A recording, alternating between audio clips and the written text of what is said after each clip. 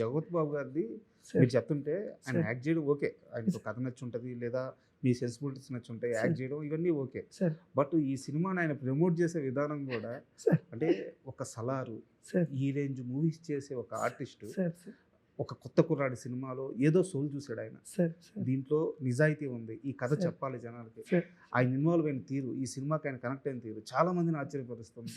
అంటే ఈవెన్ ఆ రోడ్డు మీదకి వచ్చి ఆయన బజ్జీలు సార్ తినేయడం, సార్ సార్ మొన్న నైట్ జరిగిన ఇంటర్వ్యూ అవును కానీ సార్ అవును సో సార్ చాలా ఇంపాక్ట్ క్రియేట్ అవును చేసింది. సార్ అవును సార్ సార్ బేసికల్గా సార్ నిజానికి ఆయన అలాగే ఉండటానికి ఇష్టపడతారు సార్. నాకు ఆయన మొదట్లో నచ్చింది అది.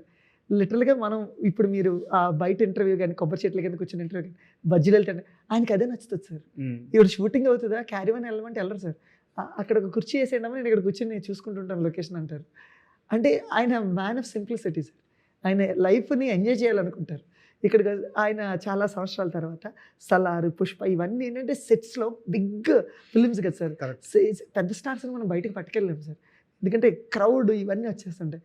ఇన్ని సంవత్సరాలు సెట్స్ చేశాక సడన్గా ఒక 6-7 సంవత్సరాల తర్వాత లైవ్ లొకేషన్స్కి షూట్ చేశారు సార్. ఆయన ఎంజాయ్ చేశారు సార్. నాకేం భయం సార్.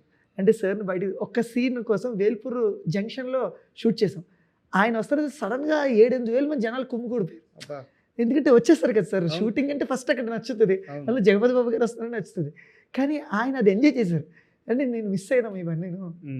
చాలా కాలం అయింది. ఇప్పుడు కబడ్డీ అవ్వచ్చు, అప్పుడెప్పుడు పెద్దరికం అవ్వచ్చు, ఇలాంటి సినిమాలు ఊర్లో చేశాను నేను సరదాగా.